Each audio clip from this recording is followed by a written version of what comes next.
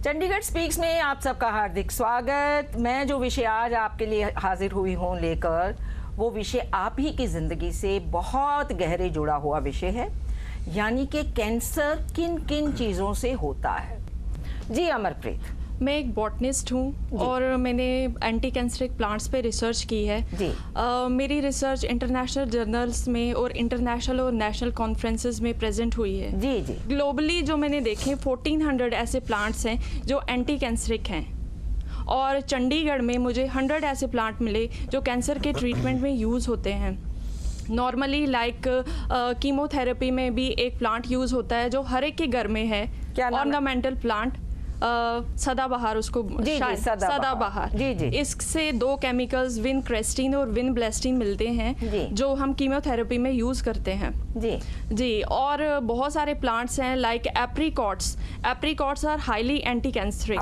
खुमानी पूरी दुनिया में जैसे cancer second leading cause of death है, वहाँ दुनिया में एक जगह है जहाँ पे कैंसर का एक भी केस रिपोर्टेड नहीं है। ये हुंजा है बिटवीन इंडिया, चाइना और पाकिस्तान के बीच में, हिमालयाज में एक छोटी सी जगह, जहाँ पे एनालाइज किया, रिसर्च की गई और बाद में पता चला कि ये लोगों का जो फूड है उसमें एप्रिकॉट्स का बहुत यूज होता है, सबसे ज़्यादा खुमानी का इस्तेमाल। हाँ जी, उन लोगों की लॉन्जिविटी भी 100 ईयर से ज़्यादा है और एक भी केस कैंसर का नहीं है। बहुत अच्छे। सो खुमानी का पहाड़ी इलाकों में खुमानी को उगाया जाता है, तो हमारे यहाँ भारत में बहुत ज़्यादा खुमानी पैदा होती है, हिमाचल के में भी, और जहाँ जहाँ हमारे पास पहाड़ हैं तो इस खुमानी का इस्तेमाल जो है वो आपको काफ़ी बचा सकता है। जी। और अब मैं कुछ बताना चाहती हूँ अपनी पर्सनल लाइफ के बारे में। मैं कश्मीर से हूँ।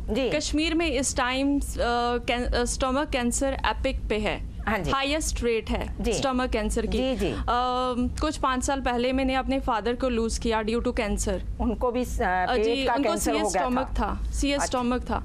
और हैरत की बात ये है कि मैं एक छोटे से गांव से हूँ और मेरे नेबरहुड में ही 10 ऐसे लोग थे जिनको स्टमक कैंसर था। सबको वही था। जी। और सारे लोग 10 के 10 लोग सीएस स्टमक से ही मर गए। अच्छा। लेकिन कोई कारण कुछ पता चला? जी, कोई रिसर्च नहीं हो रही है। सेंटर और स्टेट लेवल पे कोई भी रिसर्च नहीं हो रही है। जी। एक सर्वे के दौरान ये पता चला है कि अगर ऑन्कोलॉजिस्ट को कैंसर हो जाए, 70% ऑन्कोलॉजिस्ट ने कहा कि they will never go for chemotherapy अगर उनको कैंसर हो तो। लेकिन अगर मुझे पता होता, शायद मैं भी अपने फादर को कीमोथेरेपी के लिए कभी जाने नहीं देती। एक सेकंड जी, ऑन्कोलॉजिस्ट आप हैं, तो इस बात में कितना सच है? देखो, जो इन्होंने कहा काफ़ी कुछ सही है। जो कश्मीर में स्टमक कैंसर की इंसिडेंस काफ़ी ज़्यादा है, ये एक तो कुछ डाइट से लिंक्ड है। खाना काफ़ी स्पाइसी है वहाँ का, कुछ मसालों का इस्तेमाल ज़्यादा है, कुछ तो ये कारण है। और जो बैक्टीरिया का है, जो हेलिकोबैक्टर पाइलोरी एक बैक्टीरिया है जो स्टमक में लंबे समय इन्फेक्शन करके उसको कैंसर में तब्दील कर सकता है। काफ़ी साल लगते हैं इसमें। जी। सो इसमें ये है कि तो उस बैक्टीरिया से बचाव कैसे? बचाव बड़ा सिंपल है। उसके लिए कुछ एंटीबायोटिक्स और कुछ दवाइयों का 2 हफ्ते का कोर्स करना होता है। तो मतलब उनको कीमोथेरेपी की जरूरत नहीं, वो उससे बनने से पहले है, प्रिवेंशन है। एक बार स्टमक कैंसर हो जाए तो स्टमक कैंसर को तो काफ़ी खतरनाक कैंसरों में से है, जिसमें कि लाइफ जो है काफ़ी शॉर्ट रह जाती है। और अगर स्प्रेड हो जाए स्टमक कैंसर तो 6-8 महीने की ही लाइफ बच जाती है। जी। अर्ली स्टेजेस में अगर सर्जरी से निकाल दिया जाए अल्सर को, स्टमक कैंसर के, तो कुछ लोगों को क्योर कर सकते हैं उसमें। सो किसी को भी ऐसे सिम्टम्स हों कि जलन हो रही है, या वजन कम हो रहा है, या खाना फंस रहा है और हजम नहीं आ रहा है, और या ब्लीडिंग है, खून कम हो रहा है अंदर, तो उनको जल्दी से चेक करवाना चाहिए। जांच बड़ी सिंपल है, एंडोस्कोपी। पर लेकिन अमरप्रीत की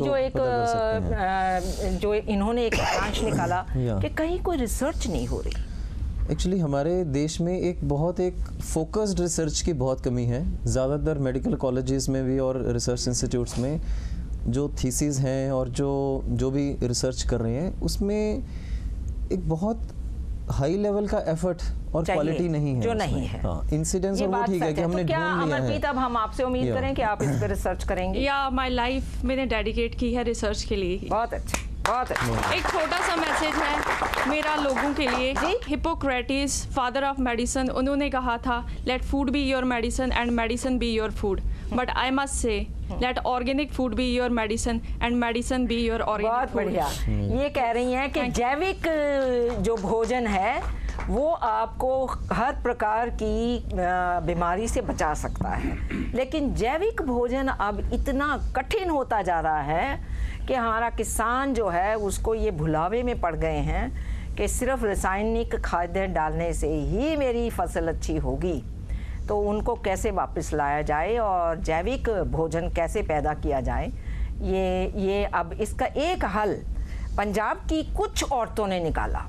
मैं आप लोगों के लिए, जो नौजवान बच्चे बैठे हैं उनके लिए, कि कुछ औरतें, उनमें बहुत ज़्यादा औरतें वो हैं जो बिल्कुल अनपढ़ हैं और वो उनकी उम्र है किसी की 25 साल, 50 साल, 60 साल, 70 साल, 80 साल, और उन्होंने मिलकर अपना एक ग्रुप बनाया और आपस में उन्होंने एक बहुत ही सुंदर तरीका निकाला जैविक खेती का, कि फसलों को बांट लिया कि 8 कनाल में गेहूँ, एक छोटी जगह में हल्दी और किसी जगह बाकी जगह में कहीं सब्जियां, और बार्टर सिस्टम जो कि पुराने ज़मानों में होता था कि हम चीज़ दे चीज़ ले, पैसे का कोई लेन देन नहीं।